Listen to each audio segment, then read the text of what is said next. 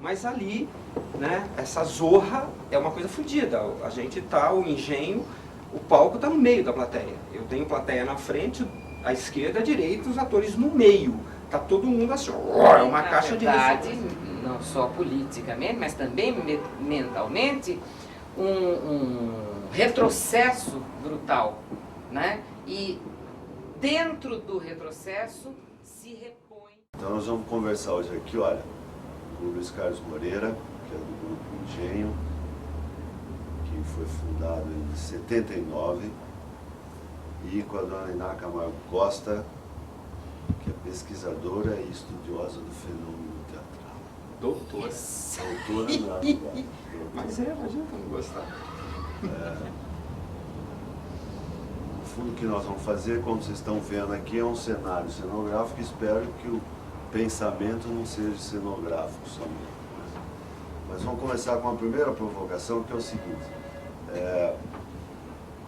Que o Moreira falasse o início dele no teatro, que é na universidade, não valendo aquela famosa coisa de que você começou fazendo teatro no quintal da sua casa, né? Mas explica um pouquinho o que foi esse início do teatro na universidade, situa para a gente chegar hoje. Eu acho interessante isso. Tá, mas na verdade eu não diria que eu fiz teatro na universidade. Ou que eu tenha feito alguma coisa que tenha sido importante nesse sentido. Eu fiz faculdade, fiz a ECA, USP, no início dos anos 70, fui para lá por acaso, nem ia fazer ECA. Mas na verdade tem uma coisa que foi mais fundamental que a ECA, que é o trabalho que vocês, por exemplo, desenvolviam em São Miguel Paulista. Tinha um outro núcleo nos anos 70 em Osasco, tinha o TTT rodando por aí, depois foi parar na Ipiranga, enfim, havia um movimento teatral na periferia, que une ao Olho Vivo, né, que eu vi desde a estreia, e que eu acompanhei muito de perto. Então, mais do que universidade, eu diria que essa experiência dos anos 70 foi meio fundamental para mim, se você quer assim, curto e grosso. E aí a primeira montagem profissional, o primeiro passo do grupo foi no Bexiga, no esquema do Bexiga Teatro Profissional Comum. Na época, já que você falou de universidade, para mim se colocava uma questão, é gozado lembrar disso agora, para desenvolver o teatro que eu queria, a gente tinha uma militância, digamos, né, política, que entendia, mas não sabia fazer teatro. E tinha os profissionais que sabiam fazer teatro, mas não tinham condições de fazer aquele teatro porque não entendiam. Eu optei por trabalhar com o pessoal de teatro, mesmo sabendo as limitações. É gozado de você falar isso, né? O cara de teatro não tem condições de entender ou de participar de uma coisa que você está querendo, mas foi com ele que eu optei trabalhar. Na época, lembrei disso agora. Essa inserção é interessante a gente recuperar pelo seguinte. Quer dizer, o teu trajeto você fez a universidade de teatro, no fundo, na universidade, vale lembrar que essa época tinha um movimento teatral importante, né? A gente lembrar o GTG da Poli, tinha o trabalho do Tino Binatti, que inclusive fez uma montagem importante nos esqueletos da famosa Faculdade de Filosofia, Ciências e Letras. Prova de Fogo. Prova de Fogo. Montaram o Galileu Galilei. O Galileu Galilei, que é o da Poli. Inclusive é uma das grandes encenações. E montaram outra, o Foutinho também que montou, do Vianinha, como que é o nome? Papiguirte. Papiguirte. Esse eu vi, nos barracos. Isso, e que não eram produções para didáticas, eram grupos. Isso que eu estou querendo enfatizar. E você foi para a periferia. Né?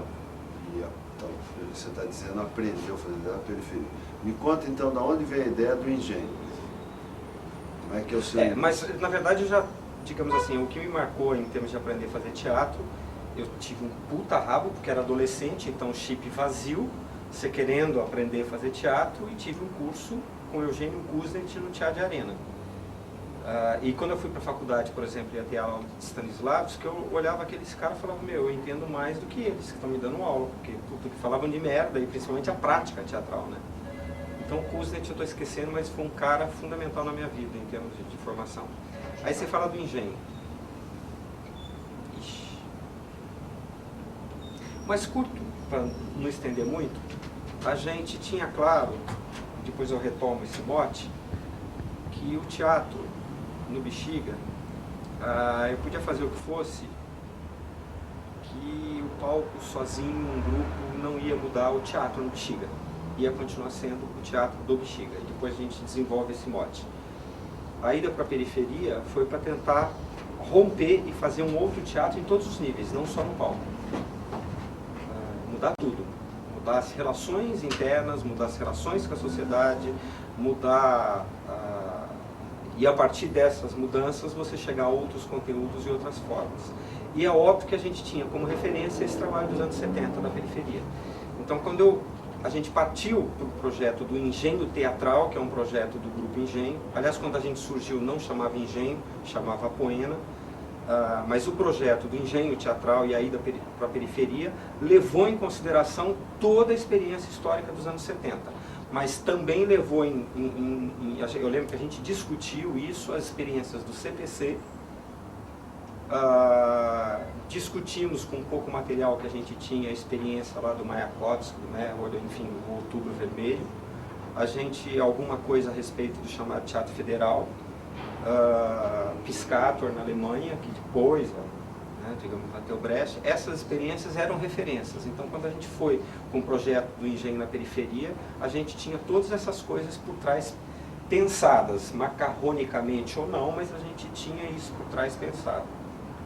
Como é que você vê isso, né? Você acompanhou um pouco? Não, essa parte eu não tive possibilidade de acompanhar, embora eu tivesse notícias. E quem me dava notícias dessas coisas era a Silvana Garcia, que tinha alguma coisa a ver com essas. Mas não foi só a tese. Ela coordenou um trabalho de monitoria. Mas para vocês entenderem por que eu não tinha contato, é que eu cheguei de Botucatu em janeiro de 74, em São Paulo. Então, São Paulo é uma cidade que leva tempo para a gente tomar contato com as coisas. Então, com essas coisas, para além das informações que eu obtinha do contato de amizade, inclusive com a Silvana, eu cheguei via pesquisa. Então, é essa parte que eu preciso explicar. Eu cheguei em São Paulo em 74, em 75 eu comecei a fazer a filosofia, e em fim de 76, começo de 77, eu me integrei a um grupo de pesquisa que ia pesquisar os anos 60. E nesse grupo eu me candidatei a pesquisar teatro, porque já era o meu interesse. Então foi a partir dessa pesquisa e dentro dessa pesquisa do meu contato com a Silvana que eu tomei conhecimento das coisas que já tinham acontecido. Então eu não tive contato pessoal com essas coisas. Eu fiquei sabendo por informação indireta, e aí sim, porque a essa altura a Silvana já estava fazendo a sua pesquisa de teatro, que é esse o assunto, o teatro da militância, né? Então, para mim, a pesquisa, primeiro, as minhas conversas, e depois o trabalho da Silvana, é que são o meu vínculo com esse contexto. Moreira, só para ainda ficar nisso, para a gente depois ir para frente. O que você lembra do que era nessa relação? O movimento teatral que era forte, tinha esse movimento independente que tentava ser um similar do movimento argentino, teatro independente. Mas em termos da movimentação desse grupo, em termos políticos, culturais, em relação ao fazer teatral da época, depois a gente chegar em hoje. Como é hoje? O que você lembra? Tinha uma coisa que me chamava a atenção, mas que eu não... seria sacanagem eu dizer que é só isso. Mas a agitação política era mais importante que fazer teatral. É sacanagem eu dizer que o movimento era só isso. É só pensar no caso da epidemia que vocês montaram, depois dos imigrantes, eu sempre preferi a epidemia aos imigrantes, que não tem nada a ver com não fazer teatro. Se fazia teatro, né? Mas o teatro, muitas vezes, ele era uma desculpa para levantar a peteca para discussão e organização popular, digamos assim. Ele era usado de uma forma pragmática, sem a preocupação de fazer teatro, entendendo o teatro que em si mesmo ele tinha sua importância. Isso é uma coisa que me ficou um pouco. A precariedade foi uma outra coisa que me chamou muita atenção. Embora vocês, né, eu citei dois núcleos que chamavam núcleo independente, né? O de Osasco e de vocês. Tinham espaços próprios, mas havia uma precariedade física grande. Era tempo de ditadura, né? A realidade era outra e você não tinha espaço no Bexiga, mas era muito, o que era muito... Como é que eu vou sintetizar isso? Curto e grosso. Ali, bem ou mal, apesar desse comentário que eu fiz, você tinha um teatro com vida. E um teatro que falava para as pessoas, aos corações, falava às pessoas. O Bexiga já era, não como é hoje, mas já apontava que já era entretenimento, já era mercadoria, né? Nas relações de produção, nas dependências e nos vínculos com gerar alguma receita. Então o Bexiga, fizesse o que você fizesse, era entretenimento e mercadoria. E o trabalho de vocês na periferia conseguia, de alguma forma, construir um outro universo teatral e um outro vínculo com a sociedade. Não era o mesmo vínculo do Bexiga. E isso talvez seja a coisa mais importante. Agora, a gente tem que esmiuçar, né? Você notou que você falou uma coisa que o Vianinha falou sobre o CPC. Na última entrevista dele no Nelson Coutinho, ele disse que quando foi interrompido o CPC, era o momento que eles iriam iniciar uma autocrítica de que a maior arma de quem faz arte é o fazer arte, né? E que o teatro do CPC talvez tenha cometido um pecado, que ele tenha subestimado esse outro lado da questão estética. Você concorda nisso ou não? Não, eu não concordo com essa avaliação, porque, para além dos meus referenciais, eu sempre tive a mais profunda convicção que quando você coloca o horizonte político como determinante, você vai necessariamente pôr em crise também o que você pensa, o que é arte. Porque uma parte do que o Vianinha diz corresponde ainda ao ideal de arte do século XIX, de autonomia da arte, etc., que não depende do resto, né? Estabelece uma distinção entre arte e política que eu não reconheço como válida. Porque eu acho que quando você mergulha de cabeça nos problemas que a política coloca e trata de apresentá-los, aí talvez tenha espaço para discussão, mas você trata de formular na linguagem simbólica, você obrigatoriamente põe em crise o que você usou para definir a arte antes. Deu para entender? Deu. Então, nesse sentido, eu discordo da autoavaliação do Vianinha, discordo sempre, porque isso atravessou a experiência do CPC e esta avaliação, que já é posterior ao golpe de 64, inclusive está historicamente explicada, porque houve, na verdade, não só politicamente, mas também mentalmente, um retrocesso brutal, né? E dentro do retrocesso se repõe a oposição. Então, eu não reconheço como válido para autocrítica nem mesmo a questão da precariedade. Estou dizendo, não é porque é precário, porque não tem recurso, que não é bom, né? O que acontece, na verdade, é o nosso problema, a nossa incapacidade de pensar dialeticamente também essas experiências.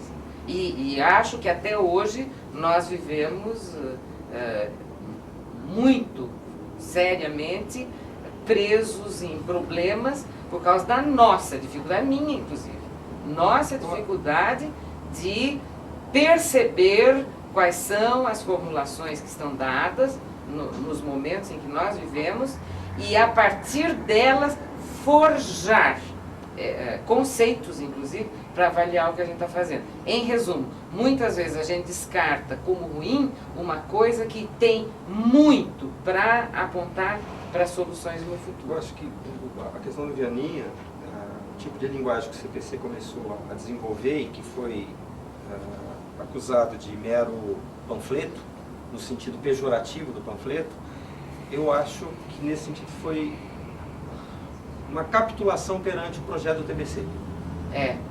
Eu acho também. que quando se faz a crítica tinha por trás, na verdade, aquilo que tinha sido o projeto do TBC. Aquela visão de teatro, do teatro moderno, o que é o moderno para... Né? E aquilo que estava despontando e que podia ser ainda frágil, foi abortado e jogado na lata do lixo. Junto com a E gozado que a gente descobriu agora, por conta dessa experiência, que a gente está fazendo um espetáculo, não foi consciente, a gente só percebeu depois. Esse espetáculo retoma linguagens, estruturas e experiências do CPC. Em outra chave, já muito mais avançada. Vamos recuperar isso no seguinte. O que eu me lembro do início do Engenho, até na era Poema, você tinha uma mania infernal de fazer espetáculos pesados e enormes. Conta um pouco como é que foi essa trajetória sua estética, do teu espetáculo. Fala um pouco o que você montou, só para a gente ver esse caminho dessa simplificação fantástica que está aqui, em pedaços que não tem nada. Quer dizer, são os atores num jogo. Eu acho isso bacana, que isso tem a ver com você, é um jogo. Como é que foi esse caminho para se voltar a isso, ou para se chegar a essa simplicidade? Como é que é isso? Como é que se dá isso?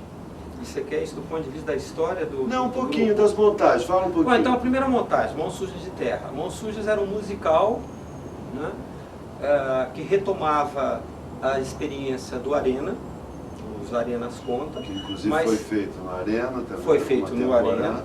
Foi feito no Arena. Além dessa questão, ele embutia e colocava uma coisa que na época estava presente no teatro brasileiro, as manifestações ligadas a lendas, ao folclore, para simplificar. Eu lembro do Cobra Norato, que eu vi, aliás, no Arena também. Então, essas questões mais, se usam palavras inadequadas, mas mais mágicas, mais poéticas, mais, enfim, estava embutido no espetáculo também. A questão política que ela coloca, não por acaso, os dois primeiros espetáculos que a gente fez, uma vai tratar do campo e outra vai tratar da fábrica. O Mãos Sujas de Terra pegava, que na época estava pegando fogo, a questão do poceiro. Os poceiros, no sentido aquela família tradicional que tem e mora no campo há muito tempo e tem lá sua glebazinha de trabalho e que está sendo expulsa. Na época estavam construindo, por exemplo, a Rio Santos, e o que tinha de expulsão de caiçara, etc. E na base da baioleta mesmo, e era um movimento muito grande. A gente fez uma puta pesquisa na época, levantou documentos e testemunhos e coisas incríveis. Então, Mãos Sujas musical tratava da questão da expulsão do homem do campo para a cidade. A Ferro e Fogo, a gente pegou o auge do movimento operário no Brasil, digamos, né? O movimento... Não, agora não. O auge naquele momento, né? Eu digo que foi dar no PT, na CUT e tudo mais, que era a greve dos operários. Aqui, a gente fez uma montagem em torno disso, e esta montagem já era inteirinha, quebrada, sem fábula, porque o Mãos Sujas de Terra ainda você tem uma fábula, você tem uma historinha, você tem um herói central conduzindo a história. O A Ferro e Fogo não tem mais herói, não tem mais personagem, não tem mais fábula, aquilo foi tudo esfacelado, picotado, em situações. Eu tinha quatro atores em cena. Eu lembro que numa apresentação que a gente fez no sindicato, acho que dos marceneiros, o cara da direção do sindicato chegou e falou: porra, se me arranja 4 peão desse, eu faço a revolução amanhã, porque os atores saíam assim encharcados de cena, trabalhavam que nem uns loucos em cena para fazer espetáculo. Então eu diria que ali no A Ferro e Fogo já estava apontado o que a gente foi retomar agora. Depois disso a gente fez outros espetáculos, eu não vou falar de um por um, mas enfim, mas sempre apontava para essa coisa de você romper a continuidade, a sequência causal, linear, a fábula, historinha com princípio, meio e fim, e sempre a questão de você discutir ao mesmo tempo que representava aqueles conteúdos no palco. A discussão acompanhando a representação. O teatro não só como representação, mas como comentário daquilo, né? A tal ponto que a gente fez uma cena que falei, aqui vou chutar o pau da barraca, que se for, e foi um horror para todo mundo. que de repente no final do espetáculo se parar. Era uma peça do Dario Fo, que eu tive a petulância de reescrever inteira. Ele autorizou, tive que passar para o italiano, mandar e tal. Feita no Pauleiró? Não, no João Caetano. João Caetano, desculpa. Né? Que o elenco nunca entendeu o que estava fazendo em cena. E olha que a gente teve aula com o Maurício Stratenberg, com um bando de gente, mas não adianta. Essas coisas você não aprende não é com assim. aula, não é assim. Mas esse espetáculo, por exemplo, tinha um pé no saco que no fim do espetáculo para tudo e vamos discutir que porra é essa. Quem que vai discutir? Então punha o Maurício Stratenberg, Marilena, tudo virou personagem da gente. Ia para o palco para discutir o espetáculo e o momento que a gente estava vivendo. Quer dizer, ali não tinha teatro nenhum, era uma discussão. Esse eu sou testemunho ocular. Né? Mas era enfim, um pé. Mas sempre essa procura da gente, como que você coloca a realidade que você está vivendo, do ponto de vista de uma visão daqueles que estão fudidos, a noção clara, já que você falou da questão política, de luta de classe, sempre esteve presente para a gente. E como dar forma teatral, como teatralizar e como fazer disso algo teatralmente significativo, como levar essa realidade para o palco. É óbvio que o drama cada vez mais atendia menos a gente. Aí para chegar nesse espetáculo agora, na verdade esse espetáculo tem uma coisa mais... Em pedaços. Em pedaços. Mais concreta que foi definir esse espetáculo, que assim, querendo ou não, a maioria do público do Engenho acabou, nos últimos anos, sendo o público, não do infantil, estou falando do adulto, sendo o público das escolas noturnas de periferia. Fundamentalmente segundo grau e suplência, e fundamentalmente jovens. A gente leva 2, 3 escolas por sessão e chega, por ano às vezes a gente atende a 100 organizações dessa num ano. É um trampo fodido, não é pouca coisa não, a escala que a gente trabalha. Aí entra aquela galera, os manos, que nunca viram um teatro na vida. Que antes a gente tem que ir, a gente vai, a gente entra em tudo quanto é sala de aula, para dar um código de referência. Para falar para ele que ele não vai ver o cenário como gabinete, que o personagem não tem um figurino figurativo, que os atores trocam, porque até isso eles não entendem. O ator está falando uma coisa, vira já é outra, não faz sentido, porque eles estão presos ao cinema americano, a novela, aquela coisa, né, do drama e do melodrama. Então você vai dar a chave para ele trabalhar com outra linguagem. Ainda assim, essa é uma galera que ela não fica quieta. Ela vai para zoar. E o nosso teatro, os nossos atores, aquilo que a gente entende por teatro, não consegue dialogar com essa galera. Porque não é uma somatória de indivíduos, eles se conhecem, eles são um grupo, e esse grupo tem um comportamento onde você sempre tem 6 a 10 que vão zonear. Aí você fala, bom, isso é adolescente em qualquer lugar, ok. Mas ali, né, essa zorra é uma coisa fodida. A gente tá, o Engenho, o palco está no meio da plateia. Eu tenho plateia na frente, à esquerda, à direita, os atores no meio. Tá todo mundo assim, é uma caixa de ressonância na orelha dos atores. E os atores desarmados para lidar com isso. Essa resposta de como você colocar um teatro que possa dialogar com o público, e não é dialogar com aquela tiradinha do lado ou do cara que tem um pixistrione que vai derrubar o outro porque o cara fez uma piadinha, ele vira e dá uma piadinha maior e desmonta o cara. Não é esse tipo de diálogo que a gente quer. Bom, dentro desse contexto é que surgiu em pedaço, ou seja, é um espetáculo alucinado, não dá pausa nem para respirar.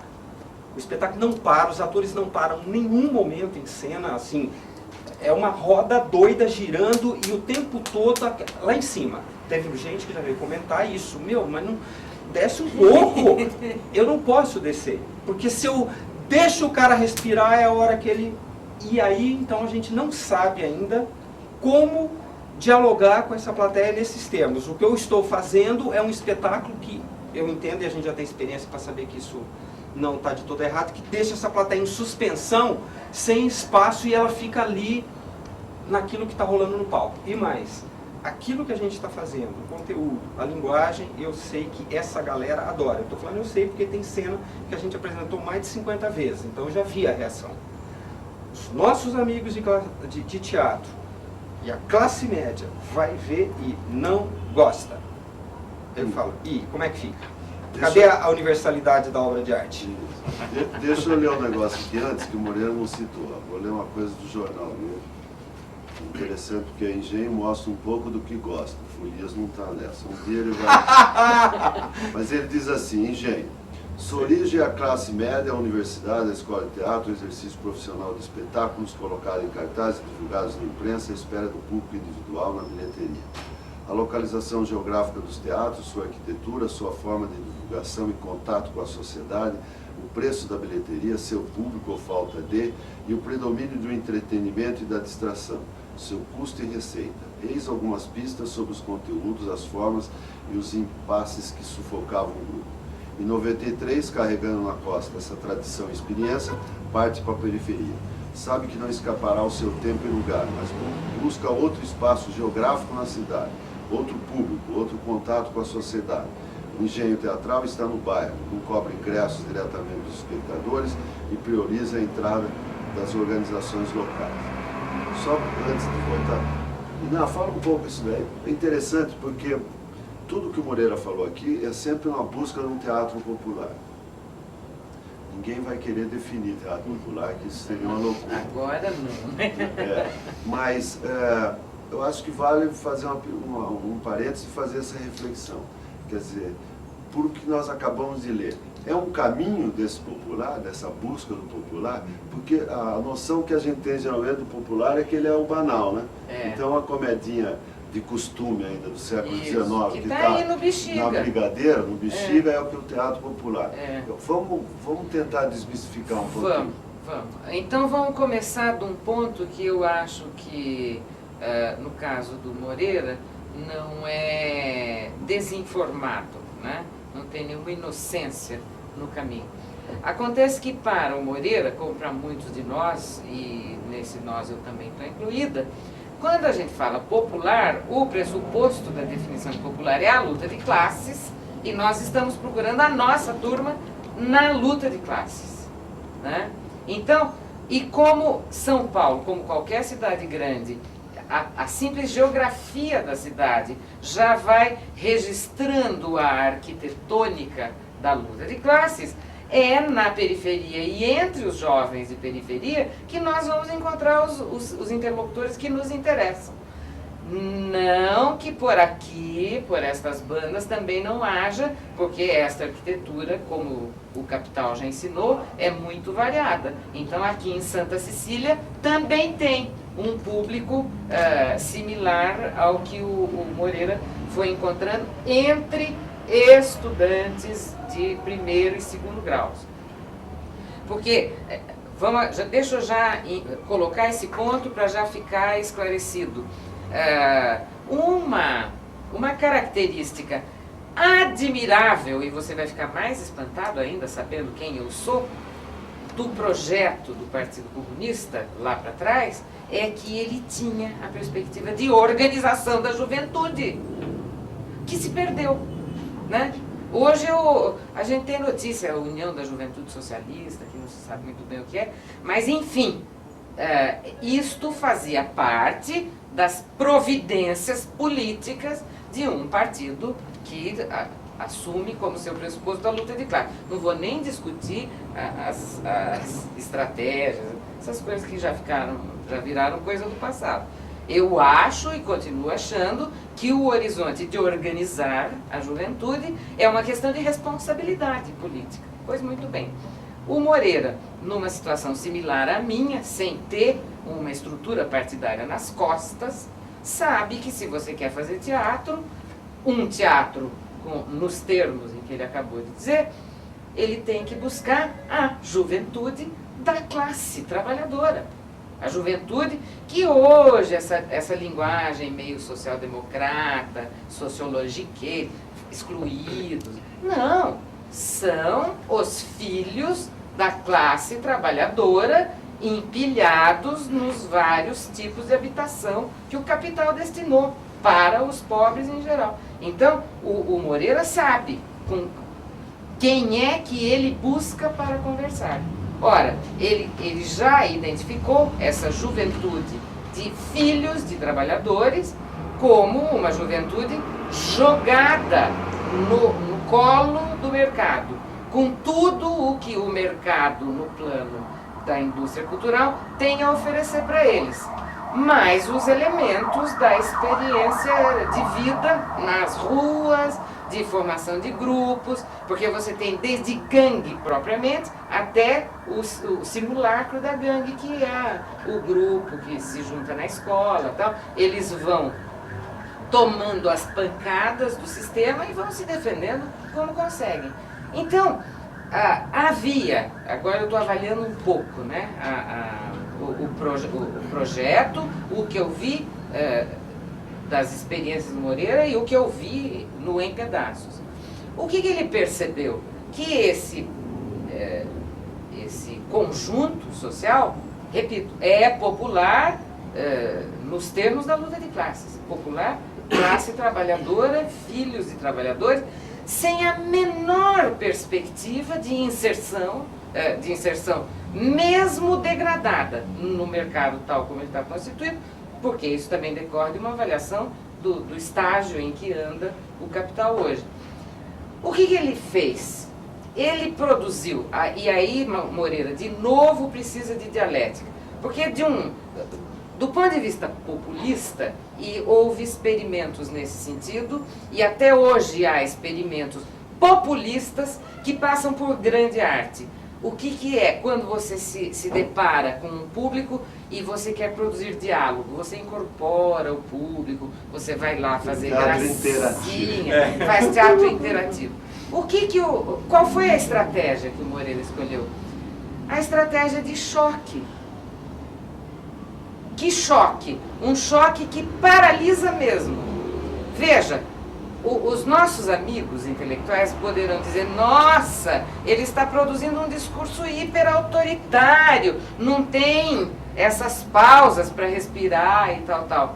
Mas ele descobriu, no convívio com a linguagem do jovem, em primeiro lugar, e em segundo lugar, sem perder de vista os temas que a conjuntura coloca, definindo como eixo problemas estratégicos. Por isso que eu sou completamente apaixonado pela proposta que desencadeia tudo, né? Quero comer aquela mina. Estamos dentro das expectativas, das perspectivas e como é que o mercado manipula as expectativas. Então, ele incorporou a linguagem do rap, a linguagem do hip hop, o ritmo acelerado, enlouquecido, que é também o ritmo da publicidade, da mercadoria, mas para produzir um contradiscurso. E assim ele estabelece um diálogo, porque qual é o horizonte? Você precisa parar e colocar uma pauta de discussão. Então, eu pessoalmente acho que ele acertou, sobretudo naquilo que companheiros da nossa geração tendem a criticar, porque, sem pensar muito nas coisas, acabam acatando a proposta populista do teatro interativo. Essa dramaturgia é uma dramaturgia que também tem raiz no épico, pelo que você disse. Os dois pés. E no agite próprio. Um bando de coisa que ela falou, que no agite o próprio, de com perto toda ninguém é clareza. normal, né? É muito mais complicado no dia a dia, um monte de coisa que ela falou, e mesmo tem umas premissas aí que nós vamos ficar até amanhã, né? Mas vamos pegar só o aspecto formal. Tem uma coisa que ainda está a dever aqui, que é o que eu falei, o Bexiga. Por que o Bexiga é só entretenimento ou não? Aí tem uma discussão que eu acho muito séria e que eu não sei, eu gostaria de retomar aqui ainda. Mas pegando esse aspecto formal da dramaturgia, o que a gente, até então, para pegar a tua outra pergunta, a gente tentava conciliar uma interpretação naturalista, digamos, Stanislavski, e aí tem a minha formação com Kuznets, e eu já fui professor de cursos profissionalizantes. Eu sei que, digamos, eu tenho uma característica pessoal de diretor de ator na construção do personagem, e isso é uma coisa que eu tenho facilidade de trabalhar. Então os espetáculos da gente tinha essa interpretação, mas a estrutura e a linguagem era meio descontínua no tempo, no espaço, meio quebrada e tal. O que a gente está fazendo agora, no Em Pedaços, onde foi que a gente radicalizou? E é gozado, o Em Pedaços são cenas curtas. E essas cenas a gente foi montando como cenas independentes num projeto que a gente chamou Teatro de Bolso. Porque na periferia a gente vira e mexe é chamado para participar de coisas. Ah, vai ter uma festa, vocês não querem ir lá apresentar? Ah, vocês não querem abrir aquele debate fazendo uma cena? E a gente nunca tinha nada, porque para fazer eu preciso do meu palco, com a minha luz, com a minha projeção. Então você é o fresco, aquele que só faz no teatro. E os caras às vezes não entendem, porque falam, pô, mas vai ser daqui 2 semanas. Eles acham que você monta uma coisa em 2 semanas. E não adianta você explicar que não é assim, que para fazer teatro leva um puta tempo enorme. Não adianta. Então o Teatro de Bolso surgiu para tentar atender a isso. Então a gente começou a montar cenas curtas e levar essas cenas curtas nos diferentes espaços. Quer dizer, a gente não fazia dentro do teatro. Nota de rodapé. Foi assim que surgiu o Agite Próprio. Ponto. Então, foi assim que a gente passou toda a ditadura abrindo a Assembleia de Operários. Então vamos lá, mas aí eu queria fazer teatro e digamos, se a festa é para isso, o movimento para aquilo, eu não vou fazer uma pecinha com aquele conteúdo para ilustrar aquele debate. Não é essa a minha função. E nem vou fazer, não é a minha função fazer a crônica dessa realidade da periferia. Eu não sou o cronista daquilo. Perfeito. Aí o Mano Brown que faça e vai fazer melhor que eu. Não é essa a minha função. Então a gente começou a montar cenas. Primeiro, eu vou montar em qualquer lugar. Então, cenário, luz, som, tchau. É o ator e a galera ali. E aí, eu não vou dar todos os detalhes do espaço, mas vamos onde que a gente foi chegando e a gente foi percebendo o caminhar disso a cada cena que a gente montava. Você faz uma cena, apresenta 1, 2, 10, 20 vezes, faz a outra, e você não tem muita consciência do que você está fazendo. Quando você põe tudo uma do lado da outra, que você percebe o que você fez. O que a gente fez? A gente explodiu com o personagem. Eu tenho cena que você não identifica personagem. Cadê personagem? Não tem. Fábula? Não tem. A cena não tem uma puta de uma historinha. Mas tem um problema. Né? A questão do coro. A gente percebeu que no fundo eu tenho o coro o tempo todo. Só que o coro são falas individuais. E quando eu falo falas individuais, vou dar um exemplo. Tem uma cena que a gente chama, que aliás foi a última que a gente escreveu, que chama Uma Vez Senzala, Sempre Senzala. Até os temas, os conteúdos de fábula, né? Você fala do épico, mas a gente estava também com o pé na comédia popular. Comédia popular te dá o quê? Aquele personagem popular, o Pedro Malazarte, o Zane, o malandro, que dá o jeitinho, né? E sempre triângulo amoroso, nada disso nos interessava. Eu costumo dizer que, primeiro, esses personagens ainda estão, mesmo quando eu falei isso para o Abreu um dia, eu sinto que esses personagens estão sempre no mundo rural, eles não conseguiram chegar na cidade. E quando chegaram, se a gente for pensar nos Carita e Grande Otelo, é de um tempo que a gente tinha subúrbio. Não tem mais subúrbio. Periferia é outra coisa.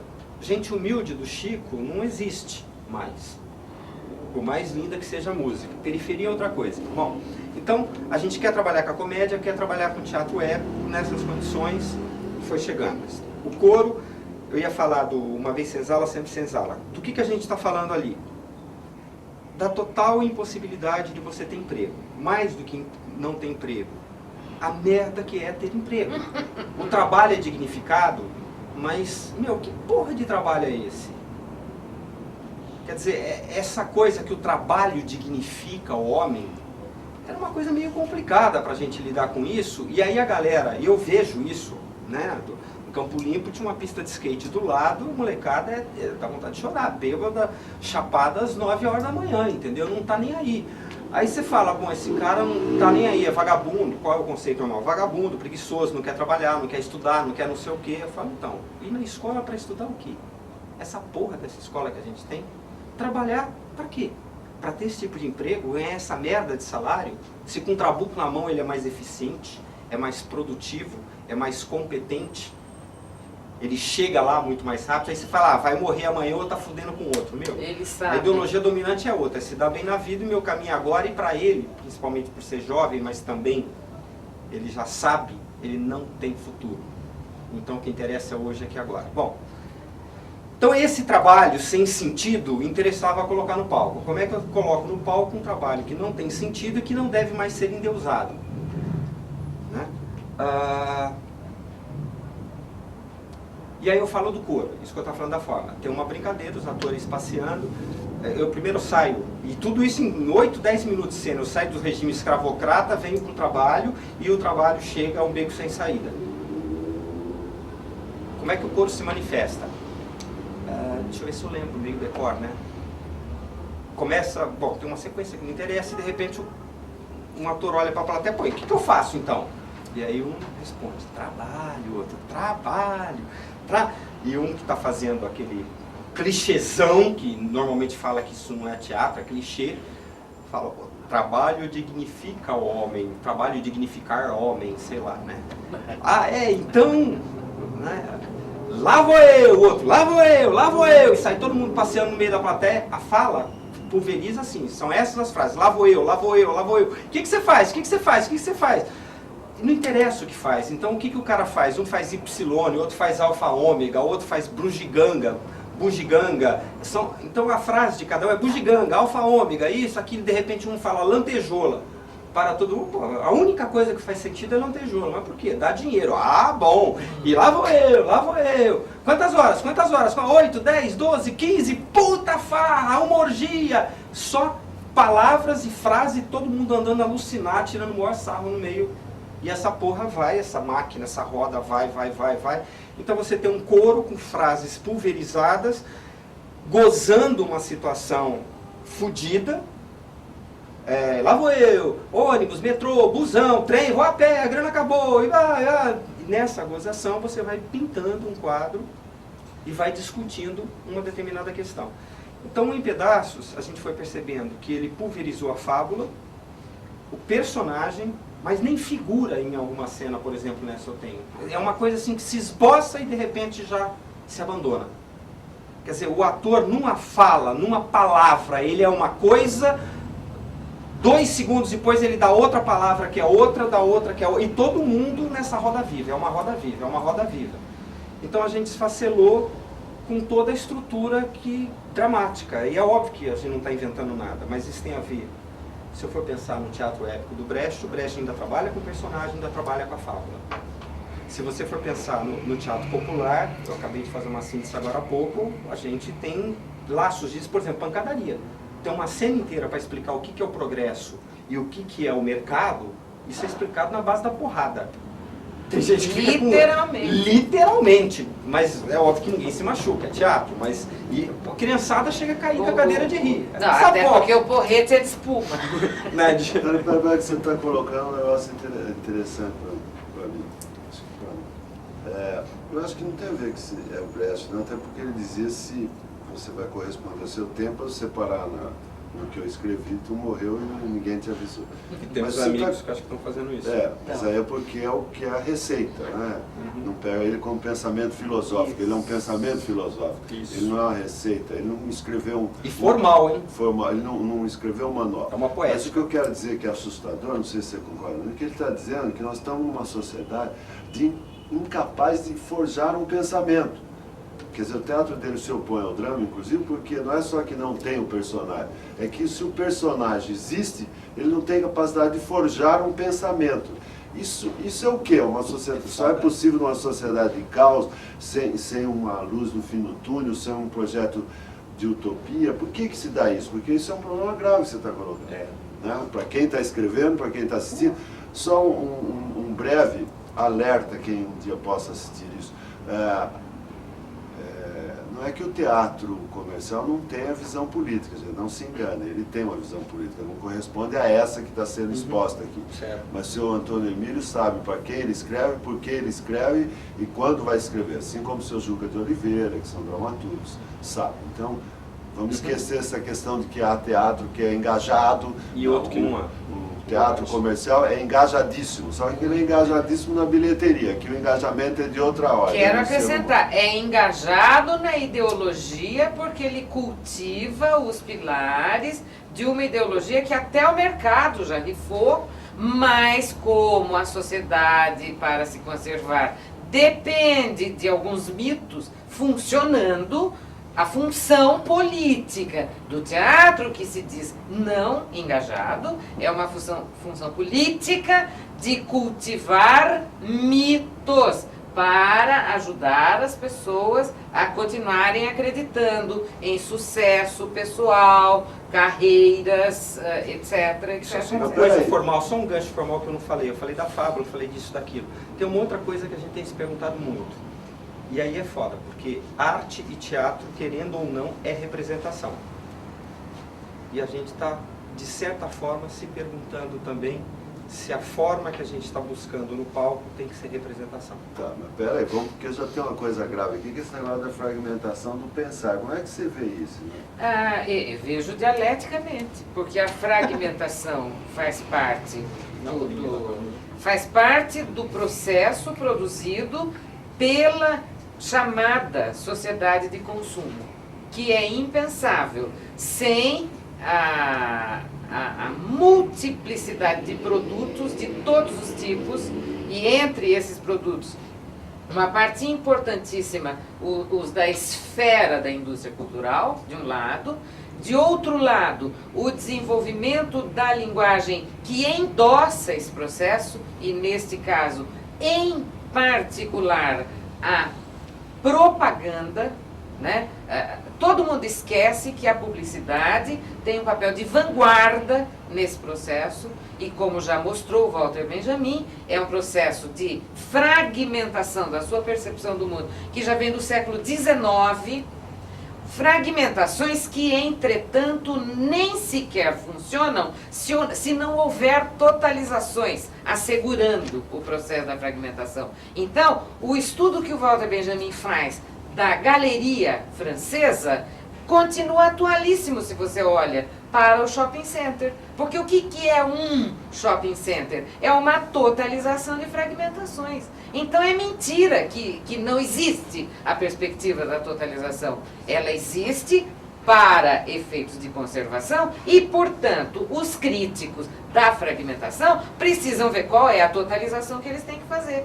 E, nesse sentido, o trabalho em pedaços pressupõe e produz uma totalização. E isto é pensamento. Só que não é pensamento linear, né? Uma pessoa acostumada a pensar pelas categorias da linearidade no teatro, a saber, causalidade, discurso, ação, o discurso define relações e tal, por esta maneira do passado, de totalizar, que já era ultrapassada no século XIX, totalização na arte, né? Por esta maneira de totalizar, você pensa que um espetáculo como Em Pedaços é apenas um espetáculo fragmentado, quando não é.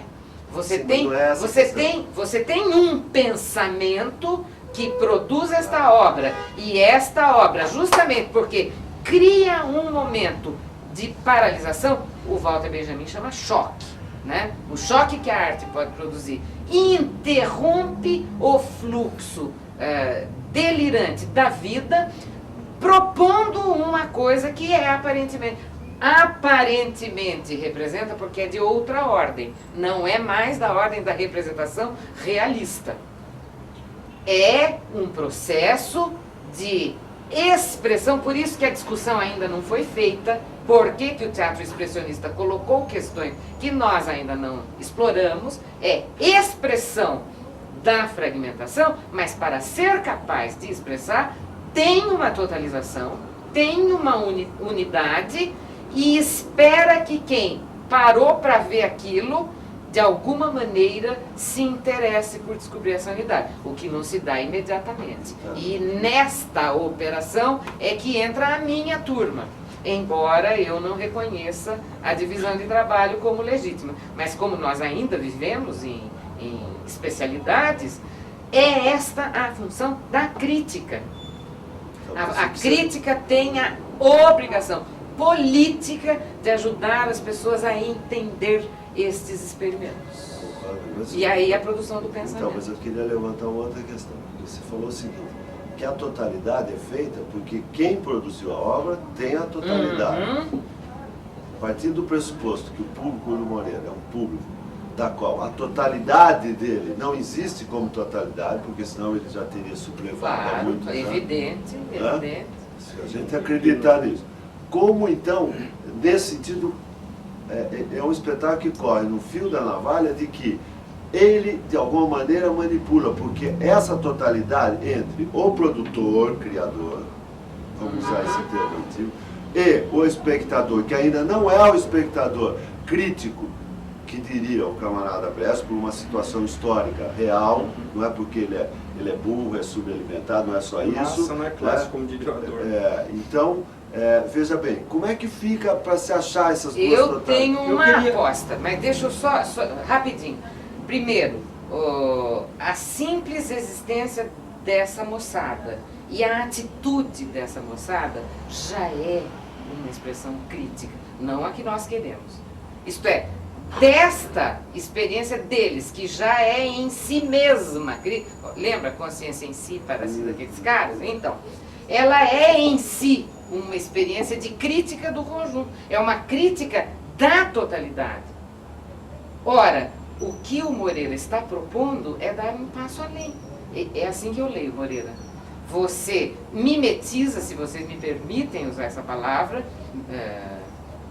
bimilenar, né? Você mimetiza uma experiência que é em si mesma crítica e propõe elementos para dar um conteúdo que ele não está dando a resposta, aliás foi solicitado, né? Você vai desfraudar uma bandeira? Ele não está desfraudando uma bandeira, mas o fato das pessoas perguntarem se ele vai desfraudar é indício de que as pessoas estão percebendo que ele está propondo o passo, mas ele não é louco de dizer qual é o passo, porque o passo depende de uma generalização da consciência de si, desse processo crítico. Não sei se me fiz entender. Não, me fez, mas o que eu acho interessante no processo é porque, sem dúvida, o que está se colocando aqui, aparentemente, eu queria enfatizar isso porque há uma banalização dos processos, inclusive porque nós vamos entrar depois num assunto. Falou, é verdade. Que é o seguinte, quer dizer, você tem todo um pós-moderno que usou essa mesma fragmentação, usou essa mesma linguagem do clipe, né? E o Bourdieu já disse, isso aí é tudo uma bobagem, que isso daí inclusive reitera o que está no modo de expressão dos grandes meios de comunicação, talvez no nosso meio de educação formal, que interessa é eu saber das 5 alternativas a que me leva a passar no vestibular e não a pensar. Tudo bem, essa é uma questão mais ampla. Mas o que eu quero enfatizar é o seguinte, que essa experiência, que aparentemente está pondo uma questão, que para a média, inclusive do pessoal que faz teatro, isso que é interessante, está quilômetros de distância, está se dando num bairro periférico da cidade de São Paulo. Quer dizer, veja bem, então não tem um deslocamento só espacial da procura de um público, como eu tenho um deslocamento do centro da onde se poderia estar usando uma palavra antiquíssima, mas eu só tenho essa, de uma certa busca de uma vanguarda do fazer teatral para se atualizar no seu tempo, para corresponder ao seu tempo, né? Isso também não é só geográfico, porque a gente tem grupos que talvez estejam localizados em bairros do centro da cidade que também estão numa busca parecida. Então, o que eu quero colocar, eu estou enfatizando isso, para entrar num outro negócio. Essas experiências tudo, Moreira, que você tem feito, né, já vimos que é eminentemente urbana, ela teria condição se não existisse um movimento teatral com as questões colocadas para ele hoje, como tem na cidade de São Paulo, ou seja, de conquistas que foram feitas.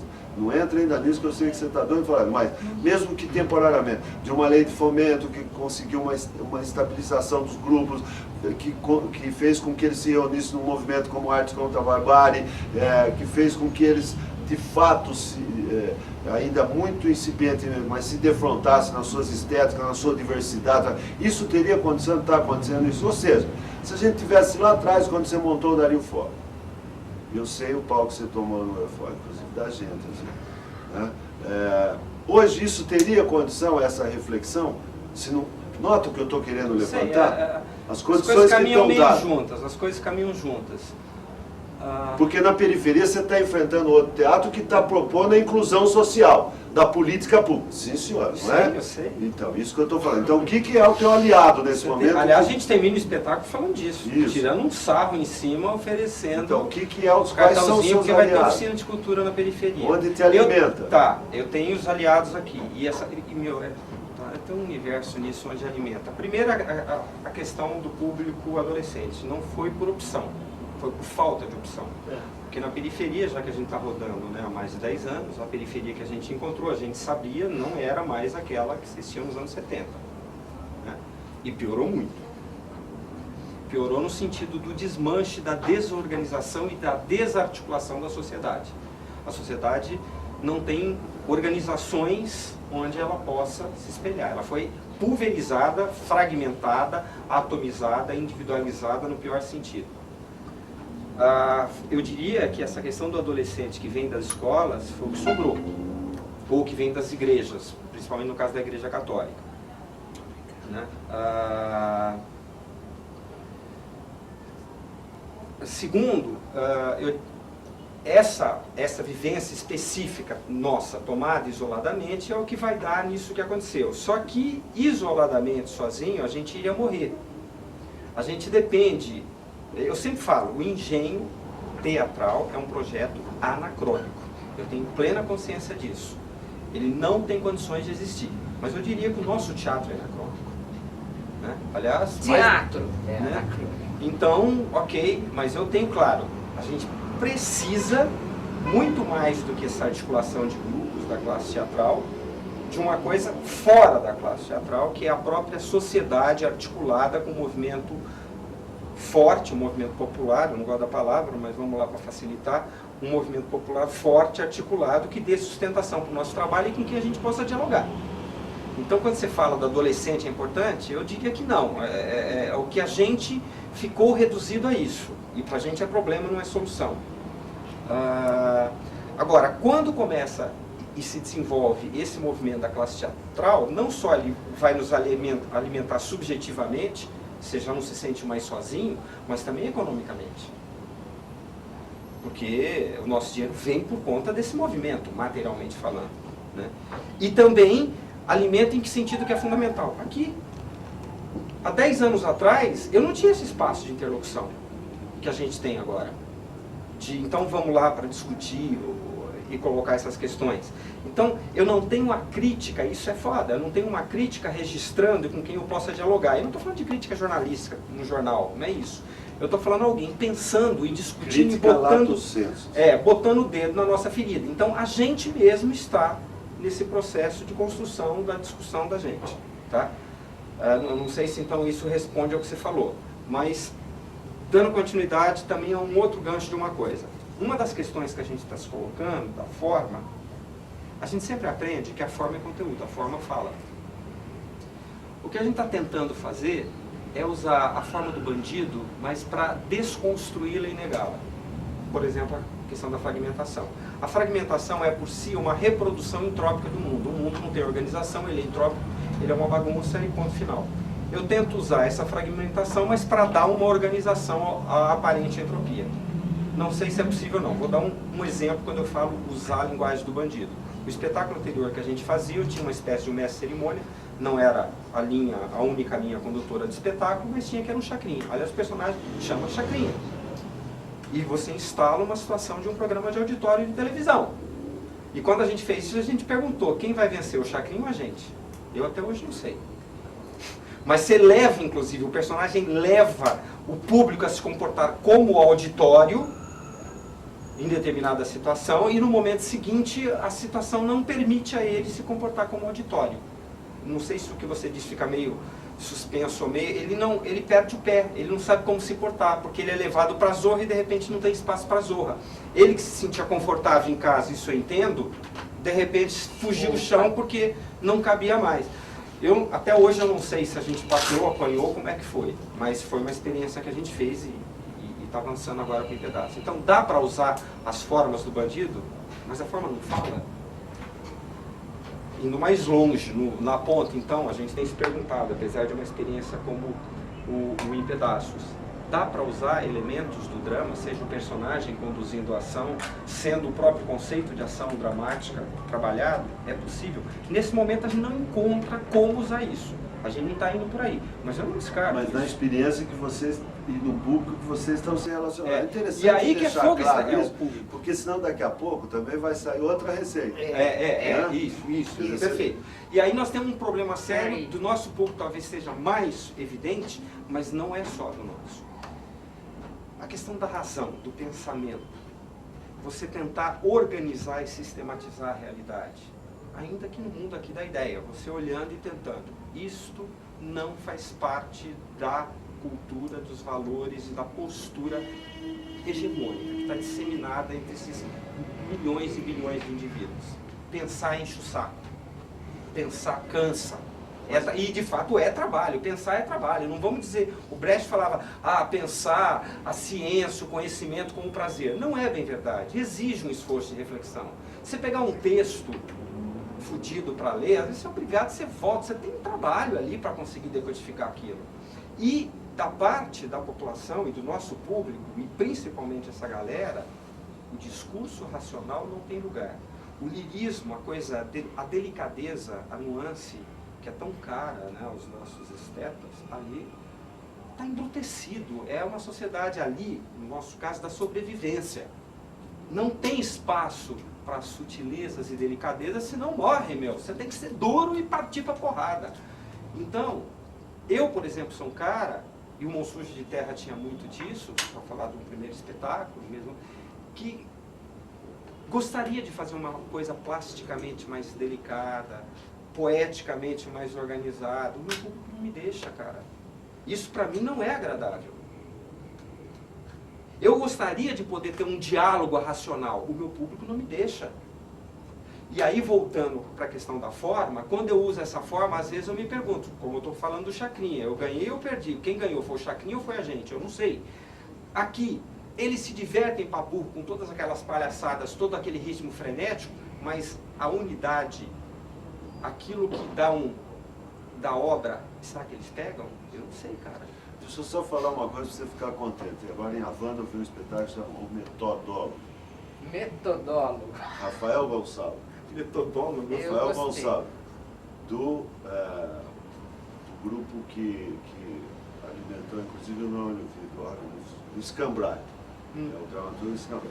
Que é a história, na situação de Cuba hoje, que o cara descobre o seguinte, que a única forma dele sobreviver é ele criar um estereótipo que o turista tem do cubano e viver do turismo. Então o metodólogo é um cara que corre a ilha ensinando você a ser um alimentador do turismo e de sobrevivência do turismo.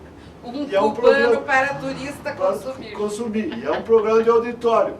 E é incrível que eu fui lá participar do prêmio Casa dessa Média Dramaturgia, eu li 140 textos, li uns 20 de Cuba, inclusive uns 10 que queriam ser muito revolucionários. E o espetáculo do Cambrai eu via. Lógico, tem uma distinção entre você ler um texto e ver o espetáculo. E na brincadeira do espetáculo do Cambrai, nenhum chegava ao pé dele em proposta de revolução. Vou te dizer uma outra. Dentre os textos lidos, estou falando porque eu acho que tem uma coisa de dramaturgia que está apontando. Um texto da Colômbia, para falar da situação da Colômbia, que se passa lá, chama Galinhas Infernales, uma coisa assim, que é uma granja que as galinhas se revoltam porque o dono da granja, que não, tudo que planta não dá dinheiro, começa a comê-las, elas falam, vão acabar com a nossa família. Aí uma galinha fala assim, olha, bicho, então vamos quebrar esse pacto que nós criamos e não falar com o ser humano. E vamos falar porque eu tenho um planejamento para ele sair da economia e nos poupar. E ela propõe, e ela chega para o cara e fala o seguinte, olha, eu te proponho um plano só se você concordar de princípio seguinte, nós não suportamos mais ter um galo só, essa promiscuidade já encheu o saco. Nós teremos cada uma ter um galo. E a proposta é a seguinte, se você não plantar coca, você não sobrevive. Através dessa fábula, eles contam a história da Colômbia hoje. É surrealista isso, né? Porque e se passa entre os bichos só. Porque o galo depois revolta, então ele vai dela primeiro para os traficantes, fala, ó, os caras lá estão plantando coca, não estão pagando a porcentagem, depois denuncia para a Farc, fala, ó, os caras estão plantando droga e não te dão pedágio, e por fim não dá nada certo, porque os negros vão se acertando, até que ele chega no DEA. Nos Estados Unidos fala, ó, os caras estão plantando coca, os caras vão lá na granja e pegam a galinha e interroga. Fala, você não fala comigo porque você é uma galinha comunista, mas eu sei que você fala. Não é genial essa história? Não é? A revista conjunto a gente eu sugeriu quero. e eles publicaram. Vou te dar o Galinha tempo. Eu queria comunista. montar esse texto é bom. Não, para você, agora eu estou lembrando, e depois não tem nada, porque é surrealista. Quer dizer, o que eu estou querendo enfatizar nessa discussão é para, primeiro, não ser uma receita. Porque as pessoas têm Sim. A gente já está até abandonando o pedaço. Agora, o que é fantástico isso daí, porque o que você está colocando é o seguinte, me impressionou muito quando eu li pela primeira vez, reproduzindo o pagamento, o negócio do Milton Gonçalves, que ele dizia, olha, sociedade atual está, Milton Santos, desculpa, que está dividida em duas áreas, né? A área iluminada, que é onde estamos nós, classe média, Por incrível que parece, né? pareça. Iluminado, porque tem internet, tem todos os Vai para a serviços, universidade. vai para a universidade, e a área escura. Né, aqui em São Paulo, isso é muito interessante, porque São Paulo é uma cidade medieval. A área iluminada é fechada por rios, quer dizer, se um dia eles quiserem eliminá-los, basta detonar as pontes e eles não vêm para cá. Né? Ele disse, bom, no entanto, essa área que é do escuro, é onde vai estar a solução. E a solução se dá porque o grau de exigência para a sobrevivência é tão grande que eles vão ter que forjar uma solidariedade, coisa que a nós vai jogando ao individualismo. Você acabou dizendo a tua circunstância. Mas pode ir pra barbárie, cara. Isso Não, é, mas isso é verdade. Pode ir pro individualismo mais Mas fudido desculpa, ainda. o que eu quero Isso é dizer, verdade. mas o que está como semente... Enquanto o capital continuar vencendo, Sim. é isso que você acabou de falar. Desculpa, mas quando Mas eles nós tomarem estamos consciência que... Estamos produzindo. Porque eles têm a barbárie, porque eles ainda estão lutando, achando que têm acesso a esse capital. Quando eles veem que isso é um sonho distante, a barbárie não vai ser contra ele. Ninguém é autossuicida de ficar se matando entre si, pô. Ué, ou não? Ou não? Aí também entramos naquela do Sebastião Salgado que ele diz, o Greenpeace faz uma campanha errada, a raça em extinção é a do ser humano. Né? Bom, mas voltando aqui ao negócio, o que eu acho, a gente tocou em vários assuntos e uma coisa que eu acho que não dá para ficar fora da sua personalidade, não dá para ficar fora dessa personalidade que junto com os seus companheiros, o seu coletivo criador, faz muito parte até da dramaturgia, da estética que vocês produzem, que é o seguinte, posto que nós conversamos sobre a estética, sobre o fazer teatral, quer dizer, isso não dá desassociado das lutas públicas que o engenho, de alguma maneira, leva através da sua pessoa e do seu coletivo. Como é que você vê isso atualmente no fazer teatral? Quer dizer, porque nós estamos voltando, essa discussão está ficando até antiquada, né? Mas no fundo, eu acho que nós estamos voltando a temas postos lá antes, que existia claramente antes da ditadura, depois por sobrevivência, que não foi solução, mas era um problema, mas acabou sendo solução, que foi, os grupos foram para a periferia para viver, e hoje, quer dizer, eles retomam, quer dizer, uma organização para enfrentar a questão do Estado. A gente não pode esquecer que, apesar de estar na Constituição, que o Estado é garantidor da cultura, isso não existe. Como é que você vê isso? Isso alimenta o trabalho de vocês? É essencial, não é essencial? Isso é supletivo? Isso você faz porque você é militante? Como é que você vê essa questão? Sobrevivência, né? Mas fora essa é a mais primária, nós temos que pagar a conta, mas eu digo entendendo o que dizia o camarada Brecht, quer dizer, eu entro no teatro, eu sou cidadão, me visto de rei, mas eu não sou rei. Né? Eu acho que a gente está... Velho teoria do cobre. Né? A gente tem um impasse assim. E a gente tem que conviver com esse impasse e ver no que a gente se transforma. A gente é obrigado, a gente está numa sociedade de mercado e é obrigado a ter essa mercadoria chamada dinheiro. A nossa mercadoria, que é o nosso trabalho teatral, não consegue fabricar dinheiro. Não vou entrar agora nos detalhes do porquê não consegue, né? Mas de fato não entra grana para bancar a gente. O mercado para a gente não é solução e eu não acho que é uma questão de marketing. Então vamos nos especializar no público segmentado, vamos fazer a campanha publicitária correta. Não é por aí. Eu estou passando ao largo de um monte de discussão aqui, estou simplificando ao máximo. O mercado não é caminho. Aí você coloca a questão constitucional e tem todo um discurso ideológico do Estado é de todos, o Estado é interesse público, né, abraçado por todos os lados. O PT da Erundina tomou o poder num projeto eleitoral que falava para a periferia e, uma vez no poder, São Paulo para todos. Esse é valor ideológico dominante, né? Sem dizer agora o que está acontecendo.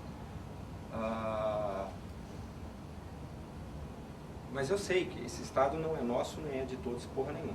Esse Estado nada mais é do que a central administrativa do mercado e do capital. Tem dono essa porra. E o dono é o dono do capital. Nesse momento, o capital financeiro, fundamentalmente. Mas, para eles poderem se impor, eles têm que universalizar os seus valores. E aí vem com o discurso ideológico que o Estado é de todos. Então vamos cobrar, se o Estado é de todos, cadê a parte que nos toca nesse latifúndio? Né? Há outros discursos, a cultura e a arte é universal, é um patrimônio, e tem um monte de baboseira em cima disso. Então tá, então cadê a parte que nos toca nesse latifúndio? Eu tenho claro, pelo que eu estou dizendo que é o Estado, que o Estado também não vai ser solução para a gente, não esse Estado. Agora, retomando, eu preciso da mercadoria dinheiro. E eu não estou nem falando dinheiro como unidade de valor, estou falando dinheiro como mercadoria mesmo. Porque o dinheiro é mercadoria. E, aliás, é uma outra coisa foda pra gente. A gente sempre pensa no teatro e na arte como parte da superestrutura, da ideologia, do imaginário e do simbólico. Não é mais. O teatro ou a arte em geral é fundamentalmente mercadoria, faz parte da base material, da infraestrutura. Ele não está só lá no imaginário, não. E se a gente não perceber isso e for querer estabelecer nossa luta só no plano do simbólico e do imaginário, nós estamos ferrados. Então, voltando. Se eu preciso sobreviver, o mercado não é solução, o Estado é deles, eu estou fodido. Eu tenho que reinventar o mundo. Então, quando a gente fala em reinventar o teatro ou uma nova forma adequada, eu acho que a tarefa que nos cabe não é só inventar as poéticas adequadas para o palco. É inventar no buraco e nas contradições que a gente está vivendo. Por exemplo, você não tem a empresa privada e o capital contratando a gente quanto mão de obra para rodar o capital. Aí você vai e assume o papel do empresário, monta o grupo e vamos nós. Conscientemente ou não é outra coisa, mas você está ocupando um espaço que é o espaço do empresário. Então, à medida em que você ocupa esse espaço do empresário, é isso que eu digo, a gente tem que de alguma forma organizar essa base material de produção, a gente tem que não só organizar as poéticas no palco, mas organizar a produção teatral em outras bases que não são bases que tentem estruturar o mercado, mas tentem acirrar as contradições e tentem rebentar o mercado numa construção ainda que pequenininha no nosso meio. Para isso, o Estado, nesse momento, é a única fonte que eu vejo de recursos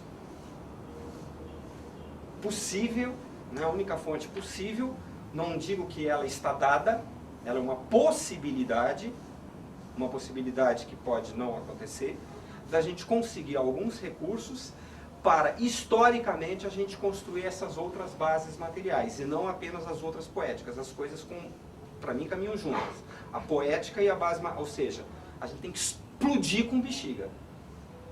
Com todas as relações que a gente estabelece nisso que eu chamo de modo de produção do Bexiga. Seja aqui ou no Teatro Paulo Herói, é o modo de produção do Bexiga.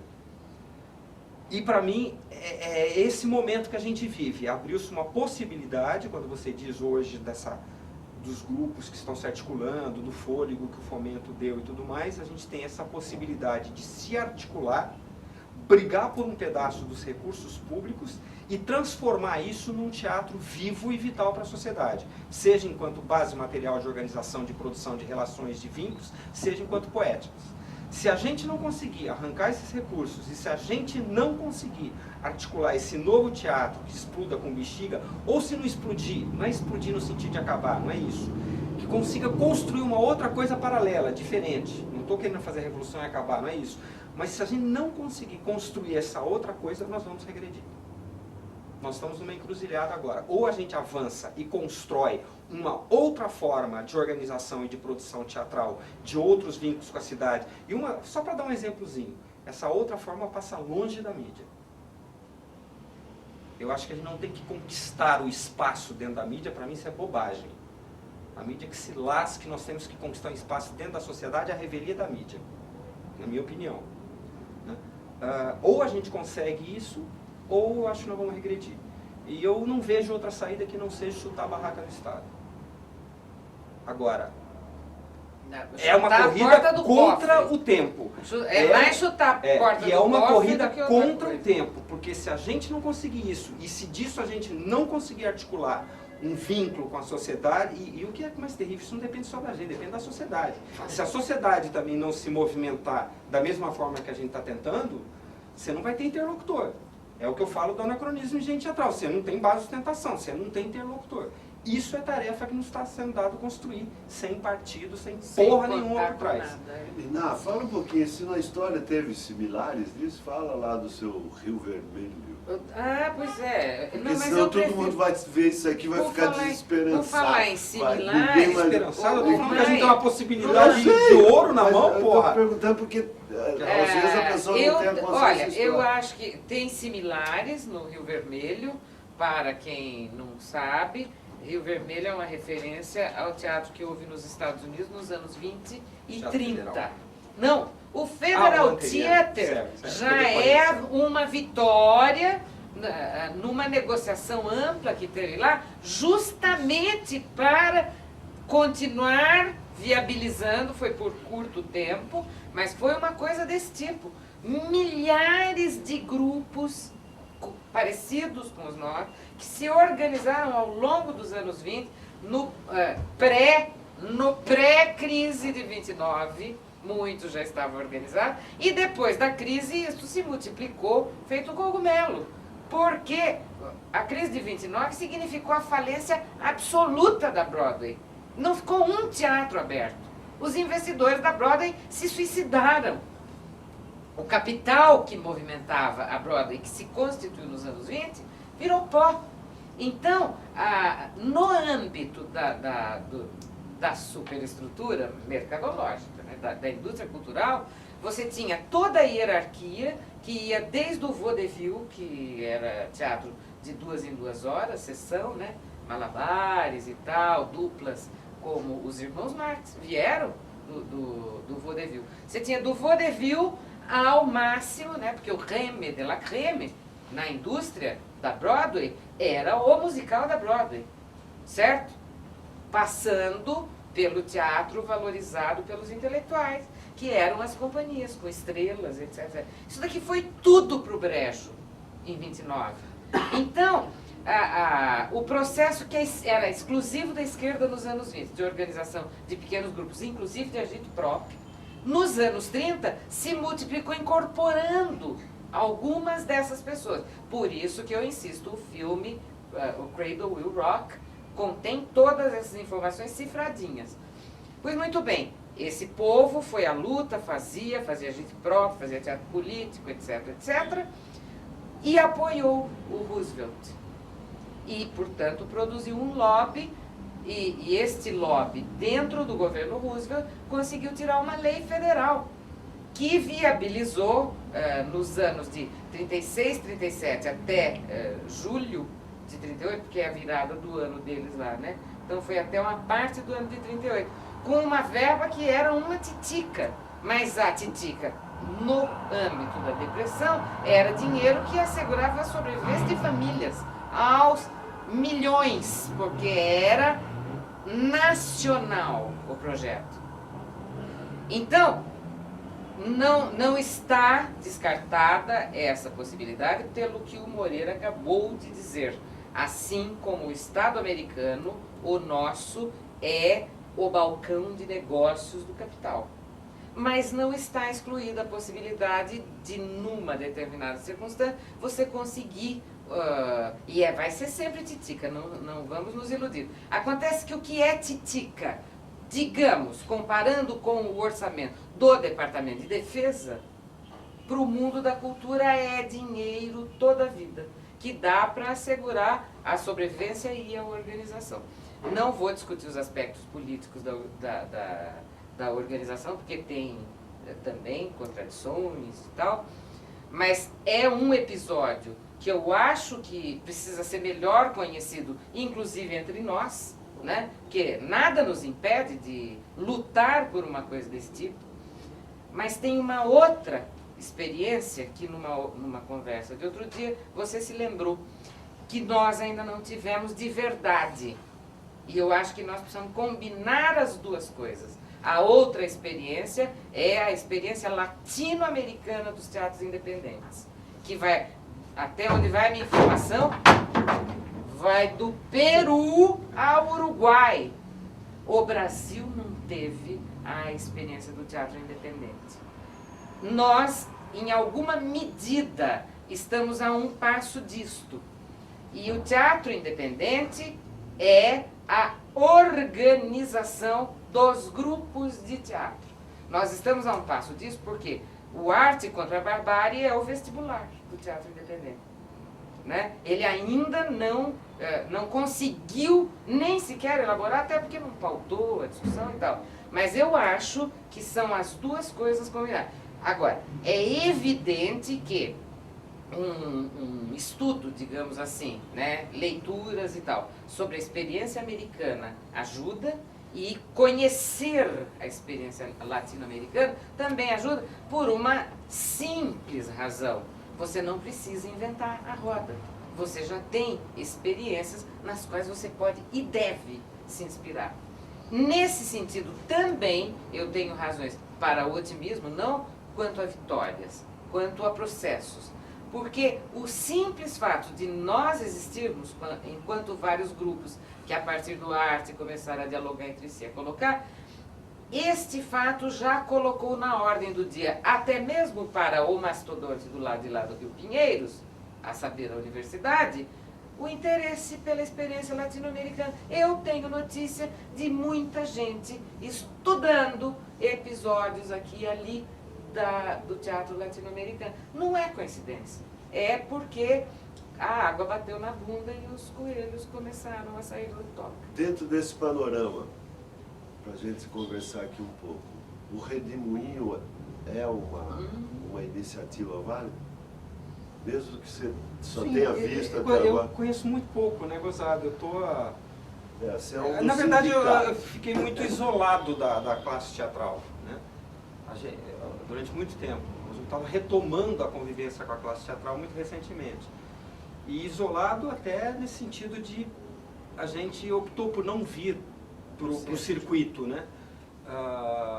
Pelo pouco que eu sei, eu acho que é assim, cara. Eu acho que o que está acontecendo aqui é o mesmo do Redemoinho em escala nacional.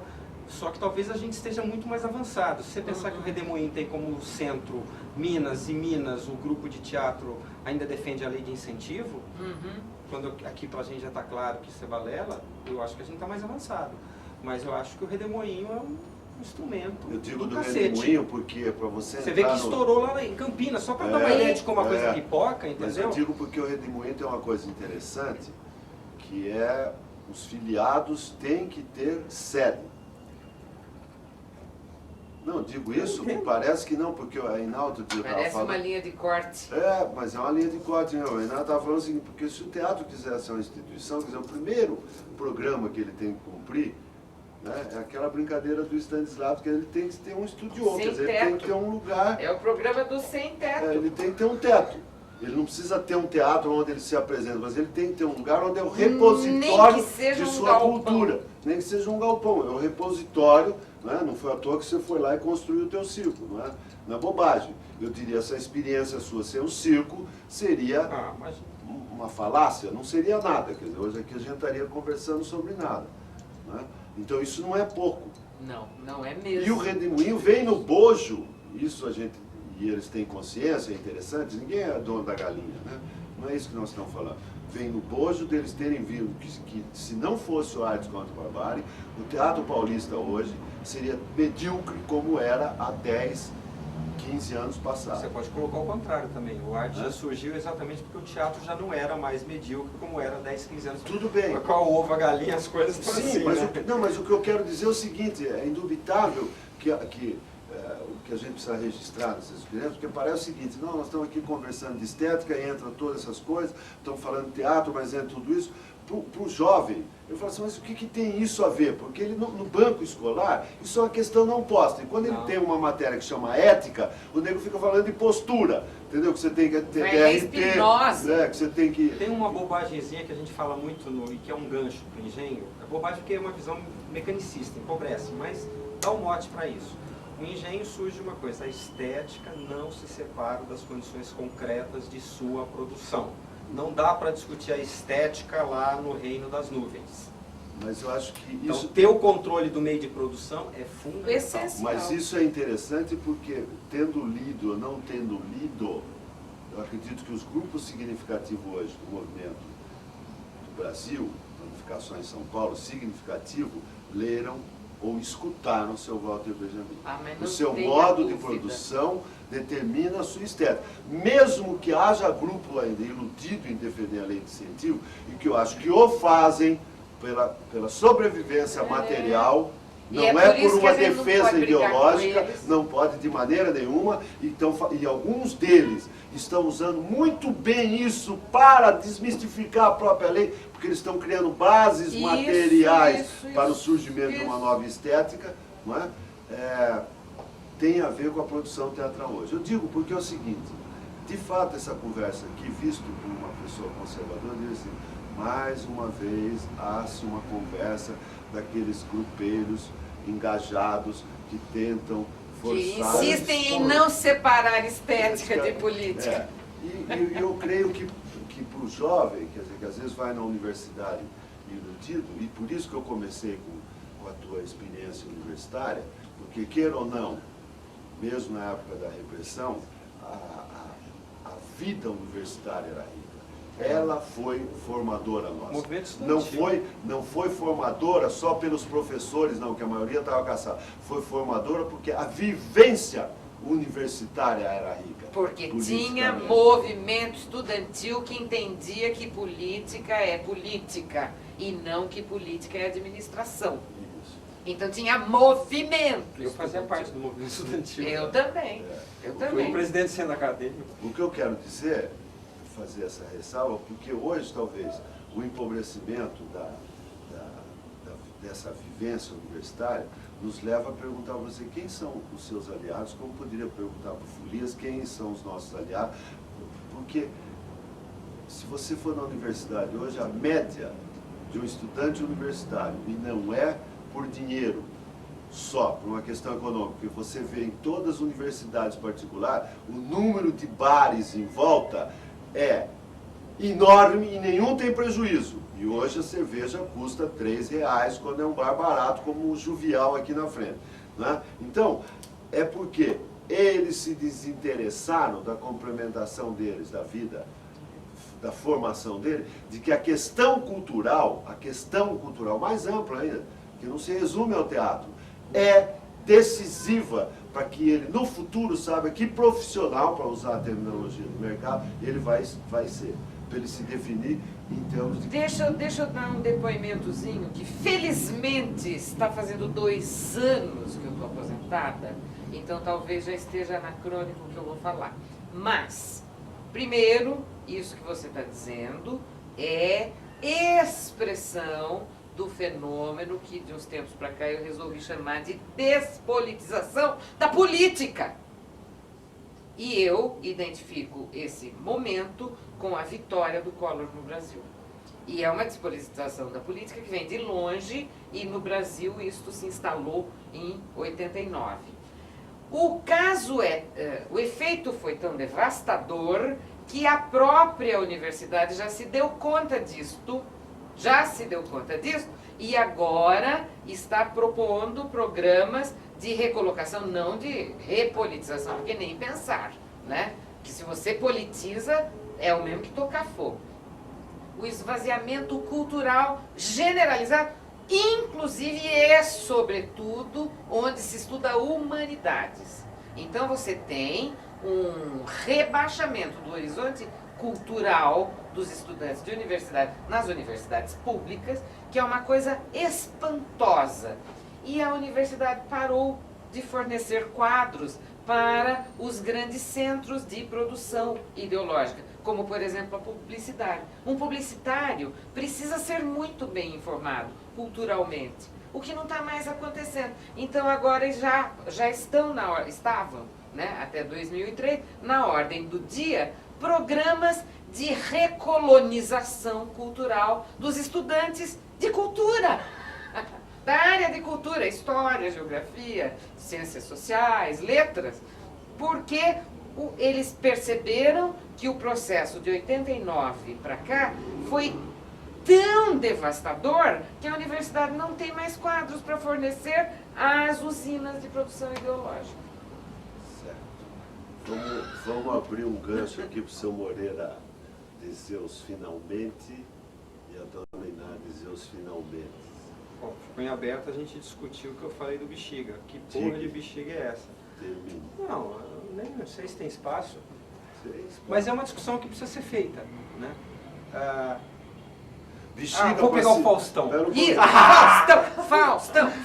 Deixa É uma eu situar, o brincadeira. Bexiga é um bairro em São Paulo onde estão situados os teatros dito comerciais, do qual a gente gostaria de ter muito diálogo, mas são tão ruins que às vezes não dá para ter esse diálogo E estético. teve um momento em que tudo estava aqui, agora não está mais. A cidade pulverizou um pouco e principalmente a elite já não vem aqui, ela vai para o Alfa Real, vai para outros cantos. Nova York, Londres e Paris.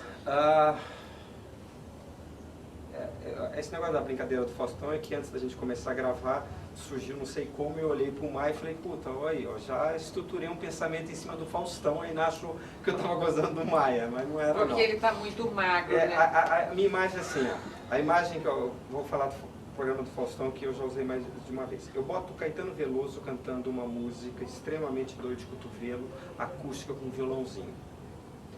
Eu ponho no Faustão, ou tira. Põe no lugar do Caetano uma puta banda de rock metálica fudida. Ou tira.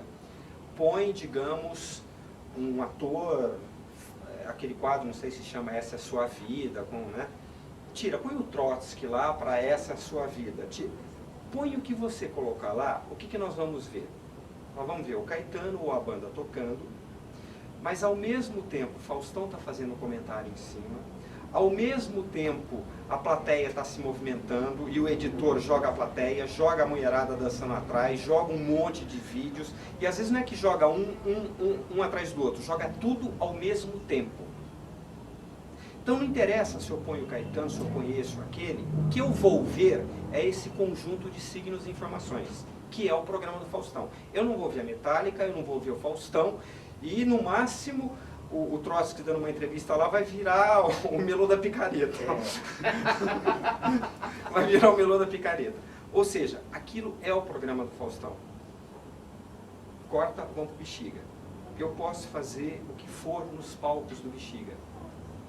Ele já está geograficamente contornado e conformado, ele já está numa relação que ele depende da mídia, ele depende de um esquema onde o público vem independentemente da vontade do grupo, ou porque é amigo, faz parte de um mundinho desse tamanho, ou porque está em busca no cardápio de ofertas da noite paulistana, onde é que eu vou me divertir hoje. Seja motel, seja teatro, seja bordel, como não interessa. Então, independentemente da nossa vontade, o nosso objeto artístico posto no palco, ele está definido por esse conjunto de relações. Ele não se define em si, no palco. Ele se define nessas relações sociais. Então não basta a gente pensar teatro como poética no palco. É isso que eu falo. Para a gente avançar este conjunto de relações do Bexiga, a gente tem que explodir. E isso não é movimento de um grupo. Isso tem que ser feito por um conjunto, no caso de grupos, é essa possibilidade que nos está dada agora. E começa, por exemplo, pelo controle do próprio espaço, do próprio prédio. Então, quando eu falo de explodir o Bexiga, não estou falando de explodir o simples espaço geográfico, não é isso que eu estou falando. Eu estou falando do conjunto de relações que estão determinadas. E que agora a gente, acho que não é o caso, mas que conjunto de relações é essa? Eu dei a mídia como um exemplo, mas não é só a mídia. Tem uma série de outras coisas que eu acho que não cabe agora. Mas o que eu quero dizer é que a gente precisa entender estas maneiras da gente operar, da gente ser, da gente sentir, da gente se relacionar com o colega, a gente entender, não como natural, mas como um processo histórico. E não aceitar isso como um dado. Ah, isso está dado, é assim que é, e não. É um processo histórico, as coisas estão sendo assim. Vamos ter claro. E o que nós vamos mexer nesses elementos para mexer no todo? É esse o projeto que nós temos que construir em relação à sociedade. E não depende só da gente. Depende talvez muito mais ainda dos nossos interlocutores sociais. Aliás, isso é uma das coisas que a gente tem que começar a se perguntar. Eu acho que a gente... é confortável para mim, por exemplo, ouvir num debate com a Iná, ela falar que o problema do nosso espetáculo é que a gente está educando o público para entender isso, o público ainda não está preparado para isso, então o problema é do público. Ou você me dizer também, eu acho que é bom e é gostoso ouvir, e eu não estou sendo irônico não, viu? Nem, com nenhum dos dois. Eu estou falando que me conforta e me alimenta, mas que ao mesmo tempo não me satisfaz. Que o meu público é aquele que vem me ver. Então é aquele que cai, é aquele meu público, é com ele que eu vou dialogar. Eu acho que a gente não tem que sentar e esperar, eu acho que a gente tem que pensar quem tem que ser o nosso público. E eu não acho que o nosso público é um público só. Aí eu acho que cada grupo com a sua identidade, inclusive até se a gente for pensar na bobagem do teatro infanto-juvenil, teatro adulto, até se for pensar nesse tipo de categoria. Mas o público, por exemplo, é uma das questões chaves. A gente tem que se discutir, sim, para acabar com essa bobagem de arte universal. Com quem que a gente está dialogando? Esse teatro é feito para quem? Com quem? Essa pergunta a gente tem que se colocar o controle dos meios de produção, tem que se colocar a questão da veiculação. Estou dando alguns exemplos de questões que a gente tem que se colocar, não apenas para entender, mas para mudar. Né? Parodiando o velho lá, não se trata de compreender, mas de mudar a realidade. E é essa situação em que eu acho que está posta para a gente agora. Ou a gente muda essas relações todas entre a gente e a sociedade, ou não adianta eu mudar só o objeto artístico posto no palco. É programa do Faustão. Tá meio... Não, agora, é uma coisa muito grande. Vamos ter perna para isso? Não sei. Não sei. Mas ou a gente faz ou a gente se fode. Vamos ter perna para isso?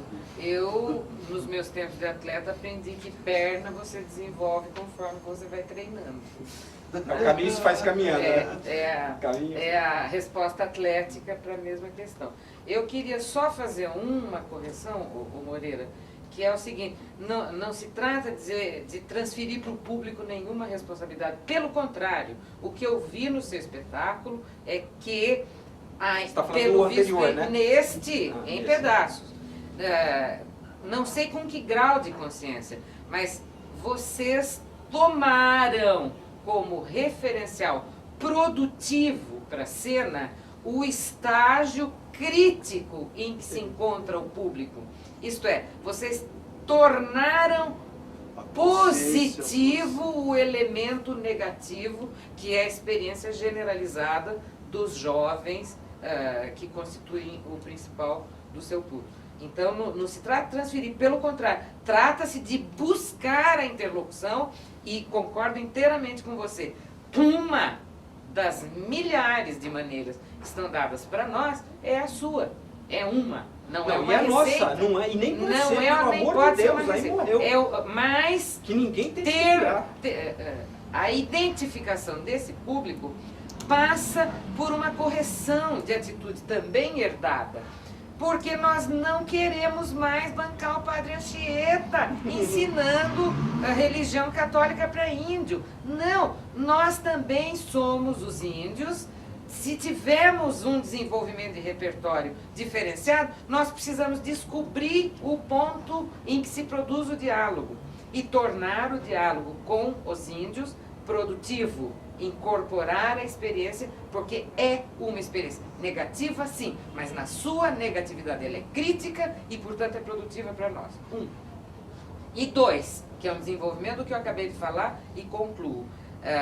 Nós precisamos trazer para o plano tanto da nossa reflexão estética quanto da nossa reflexão política o conceito de desenvolvimento desigual e combinado, também no que diz respeito aos nossos interlocutores na classe, porque se perceber que nós estamos rifando os nossos companheiros que ficam vendendo a sua força de trabalho para o Bexiga, para o SBT e para a Globo e para a indústria da publicidade, no dia que eu perceber que nós rifamos esses companheiros, eu também me rifo, porque nós precisamos trazê-los para a discussão e para a produção de estratégias de enfrentamento mais amplo numa perspectiva de reforma agrária dos meios de comunicação também. Eu só queria levantar alguns problemas que foram colocados, assim, bem sinteticamente. Primeiro que é um tempo em que a dramaturgia tem muita dificuldade para operar com o que até hoje ela consolidou como um receituário, para relembrar o livro lá do Sorriot, das 200.000 estruturas para escrever um texto. Né? É muito difícil operar com isso, ela não tem uma receita, apesar de que ainda a gente encontra pessoas dando oficinas de dramaturgia em que ela fica ensinando a construir os nós dramáticos, o clímax, depois como se desfaz isso. E numa sociedade em que o pensar é completamente outra hora. Segundo que cada vez mais fica nítido nos tempos contemporâneos, já era anteriormente, mas hoje mais ainda, porque talvez a ausência de instituições que pudessem nos amparar, né? Por exemplo, a experiência do Moreira nos anos 70, teria toda a solidariedade do movimento clandestino político. Quer dizer, hoje essas instituições acabaram. O que são os partidos políticos? Eles não têm sequer birô cultural. Quando chega no governo, nós estamos vendo que é tudo a mesma coisa. Eles não têm a menor visão do que pode ser cultura. Mas são experiências que já foram postas, mas isso deixa claro como você não constrói o seu fazer artístico se você não tiver uma inserção real como cidadão na vida social. Quer dizer, seja ela no seu espacinho no Bexiga, em Itacapecetuba, em Birigui, em Belo Horizonte, quer dizer, se você estiver deslocado da sociedade, a possibilidade de você virar petróleo e acabar daqui a 50 anos é muito mais rápida do que pode se aventurar. E terceiro, da última coisa, que eu acho o seguinte, que fica dessa... Como que para muitos estudantes de teatro, para muito grupo jovem, a militância para ele é visto como uma perda de tempo. E se a gente prestar atenção aqui na discussão, você vai ver que a militância política não é partidária, nós estamos falando de partidos. Tua militância como cidadão é a sua maior fonte energética da sua arte. Se é que você queira estar sintonizado com a sua arte. Se não, você vai fazer um teatrinho medíocre de entretenimento, que já tem toda a receita dada, ensaio em 20 dias, entendeu? A gente conhece. Tchau, tchau.